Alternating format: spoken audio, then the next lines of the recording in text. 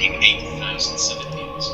Period. What is even more curious here is that what Chomsky is saying is almost the exact same line that Ladislav Krstić, a convicted criminal and one of the commanding Serb officers during the Srebrenica massacre, used as his defense during his war crimes trial, on which the judge ruled, "The offense of genocide does not require proof that the perpetrator chose the most efficient method to accomplish his objective. The deliberate decision to kill the men was a decision taken with complete awareness of the impact the murders would inevitably have on the entire group." What Chomsky has to say about Srebrenica crosses into genocide, and it is that dark place where he chooses to remain. Chomsky's alternative theory, and what he wants you to believe, is that the Srebrenica massacre was a simple revenge killing by Serbs done in retaliation for war crimes committed by Bosnians. Srebrenica was an enclave likely protected by UN forces, which was being used as a base for attacking nearby Serb villages.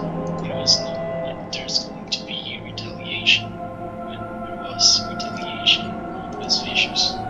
They drugged out all the women and children. They kept the men inside and apparently slaughtered them. The estimates are thousands of people slaughtered.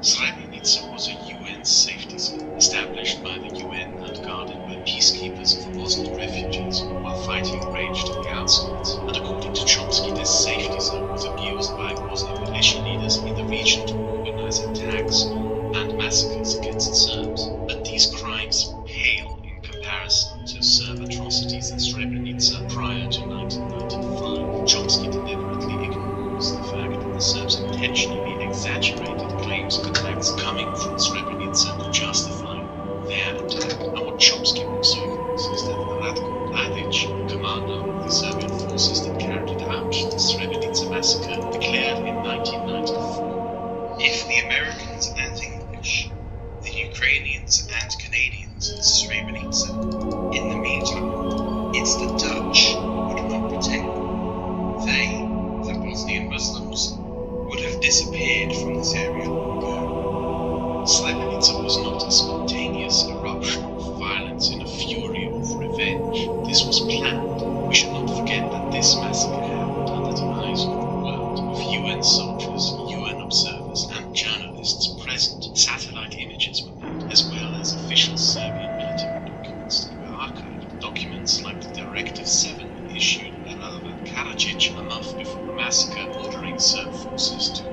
create an unbearable situation of total insecurity, with no hope of further survival of life for the inhabitants of Srebrenica. We know from the judgment of General Krstić that Srebrenica was not an impassionated outburst of violence. From the coordination with General Krstić for mobilizing men in execution operations, the use of heavy machinery such as excavators in the execution operations, and coordination in supplying fuel for said machinery, we know there were excesses of violence. The mass rapes, witness testimony of a Bosnian man being hanged from a tree on his testicles until the weight of his body tore them off, sporadic killings. But overall, the Serbs conducted this mass killing in a meticulous order in accordance with what was very obviously a plan. We know that the Serbs arrived with excavators in Srebrenica for which there was no other purpose than to dig mass graves. The Serbs dug out trenches in preparation to gun down anyone fleeing months before the massacre. Military records document that the Serbs deliberately cut off any paths out of Srebrenica the months before to ensure that all civilians would be trapped.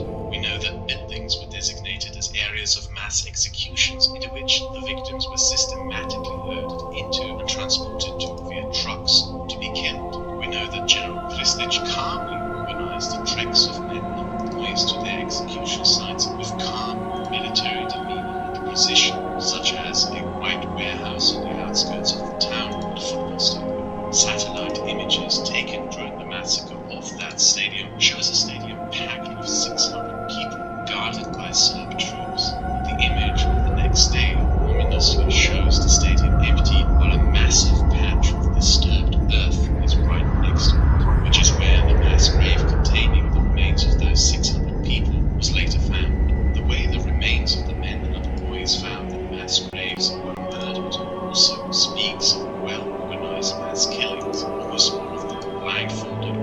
hands tied behind their backs. And finally, we have the fall of Srebrenica itself. Bosnian forces around the town were defeated and surrendered. We have film footage of the meeting between Mladic and the surrendered civil representatives of the Bosnian Muslim community, clearly telling them that they should all pack and leave because they would survive, disappear, stay, vanish. We know that the Serbs organized hunting parties and took positions in trenches to track down, hunt down, ambush and kill any columns of Bosniaks trying to flee the massacre. To this very day, human remains and torn-up clothes are found along the road leading out of Srebrenica, where those trying to flee were gunned down. We know that the Serbs returned in the summer when they realized that there were satellite images of what they had done and dug up the mass graves and tried to get rid of the bodies, which ironically was also photographed by satellites, thereby leading investigators to the secondary mass graves. All of this is overwhelming evidence that this was a planned, carefully executed mass murder and not a spontaneous eruption of revenge killings as Chomsky claims. And I am not even touching the surface here. The mountain of evidence is enormous. Keep in mind that the people who committed these crimes were all tried, found guilty and sentenced for the crime of genocide. The case that this was a genocide is watertight. There's only one man connected to Srebrenica who spoke of revenge during this massacre, the general who ordered it, Mladic. On the eve of yet another great Serb holiday, we give this town to the Serb people as a gift. Finally, after the rebellion against the Turks, the time has come to take revenge on the Turks in this region.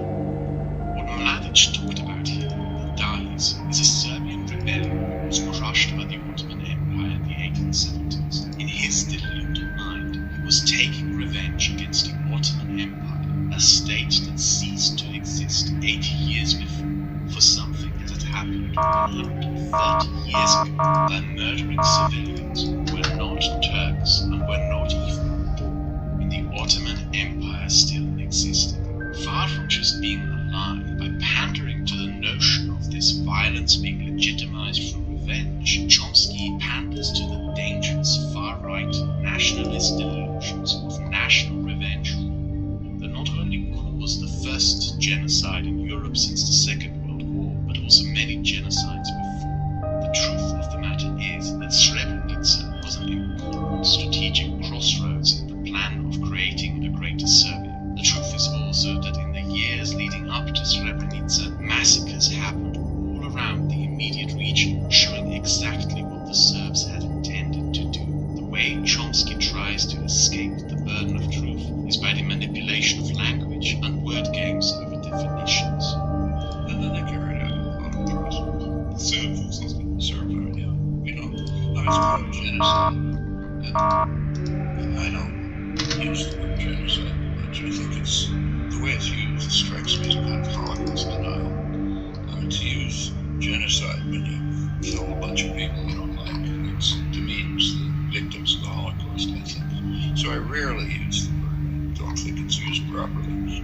Chomsky reframes what genocide is and redefines it, and asserts that it can only be genocide when it confirms to his definition of what a genocide is, and according to him, genocide is only when it is exactly like the Holocaust.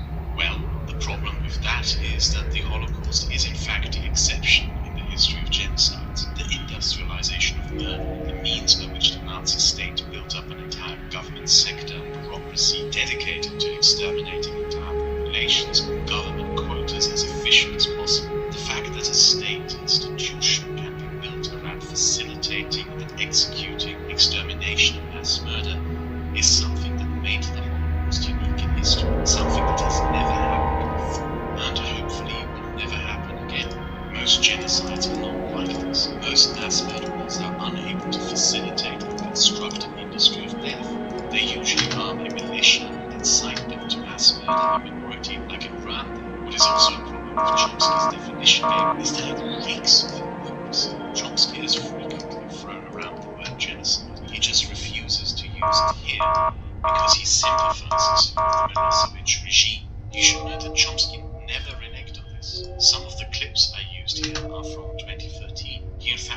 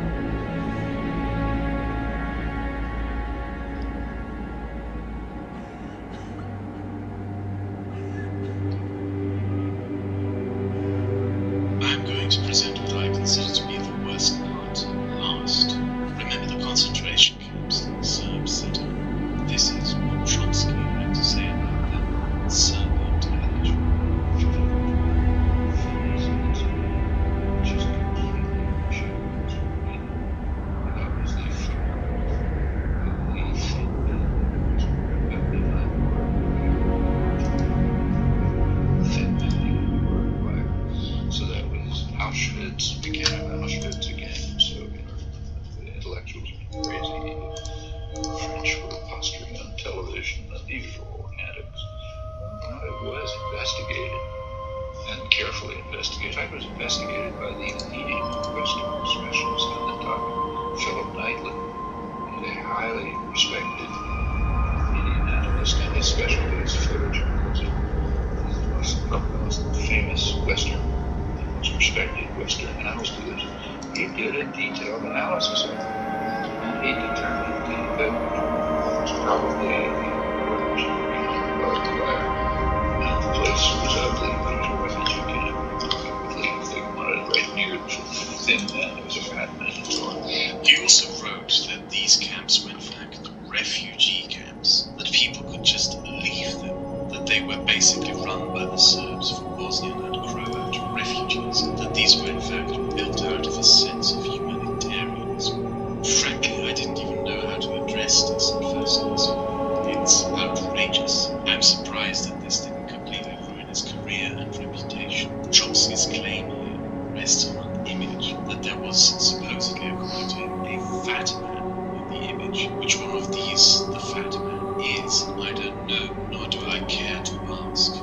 What's revealing about all of this, and what you probably noticed in previous examples, is the method by which Chomsky approaches the Bosnian genocide in general, namely as a media critic, as someone who concerns himself with how things look rather than what the reality is, and how reality can be reinterpreted. A postmodern approach, one could say, something that may work if you are a movie or video game review on YouTube, one that many media critics take, but one that defaults easily into obscurantism, and in this case, just a vile and offensive distortion of a very real crime.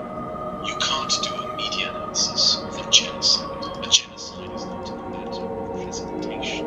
It is not some philosophical debate over perspective. A genocide is a crime.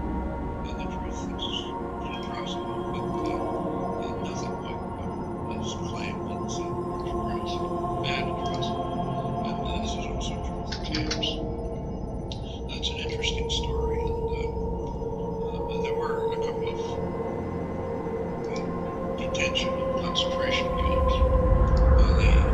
The first one that was investigated was the Guardian report in Yummy, and some ITN TV people, and they reported on this camp, which they described as a detention camp.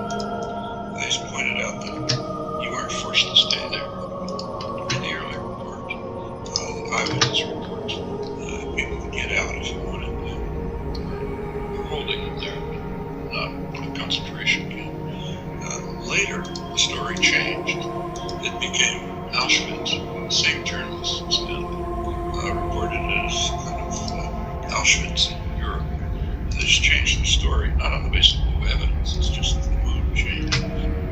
Let me give you excerpts from the trial of Dusan Tadic, a man who was a guard of the camps. Then we heard this screaming. We heard very bad language, including references to sex coming from the room where the men were taken. I can still hear those words sounding in my ears. The screams reflected great pain and deathly wounds. But I didn't know what was happening. I never saw any of those people again. Later I saw blood all over the wall, broken lumber, pieces of clothes, and one shoe. If you're wondering what the witness is describing, Dusan Tadic liked to torture prisoners by picking pairs of two men from the prisoners in the camp, brought them into a torture room, tied one of them to a chair, and then forced the other prisoner to bite off that man's penis and testicles. Abdushan watched, laughed, kicking and beating his victims while calling them cocksucker and faggot.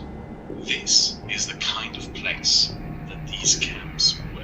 This is the kind of place that Noam Chomsky wants you to believe was a refugee camp. Fuck Serbia, Place of humanitarian aid, because he reinterpreted how things are for you. I'm grateful that these camps were almost by mistake discovered by British journalists and that the international outcry forced them to be shut down. I do not want to know what would have happened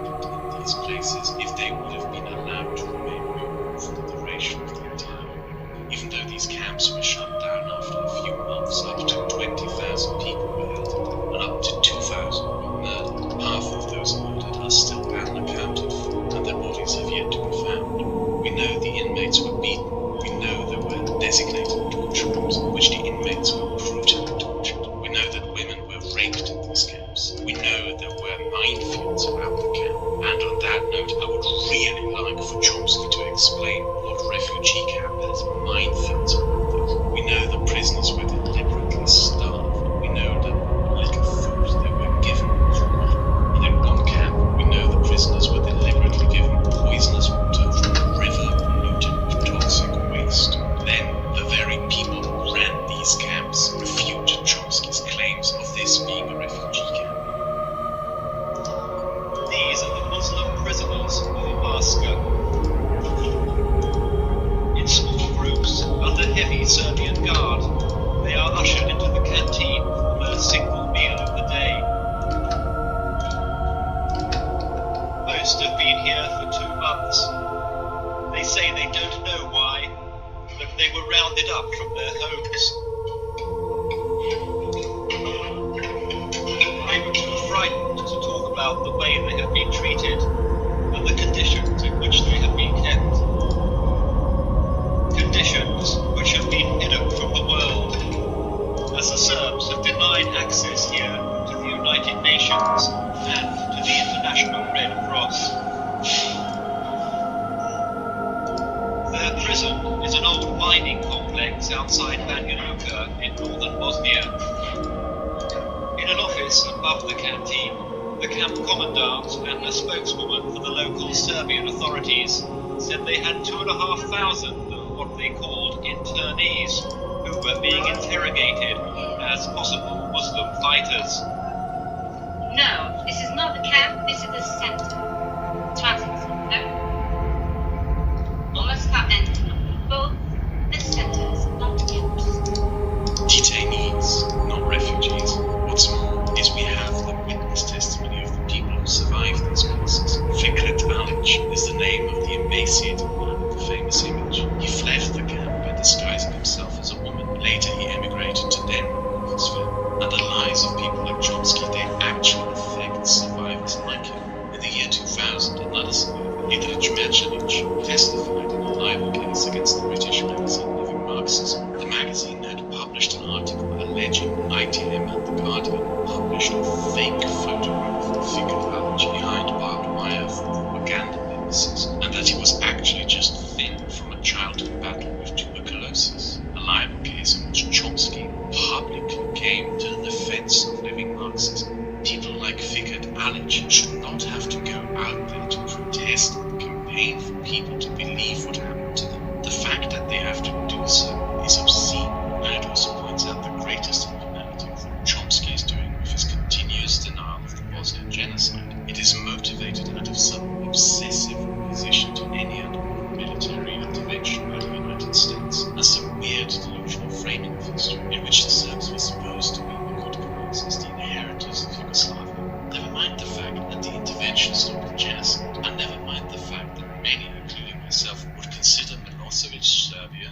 to be the last fascist dictatorship that Europe had. For Chomsky, what matters is that America always bad, and those who oppose America always good. And the people who pay the price for Chomsky's demented ideological delusion to frame the world in nothing but that perspective are the victims and survivors of these crimes. Their suffering, what they endured, and their voices have been rendered to little more than irrelevance and inconvenience in how Chomsky wishes to frame and present the world. Chomsky's denial of the Bosnian genocide, his support for the Milosevic regime, ultimately only serves one purpose, and that is to silence the victims of Europe's last genocide. And that is disgusting.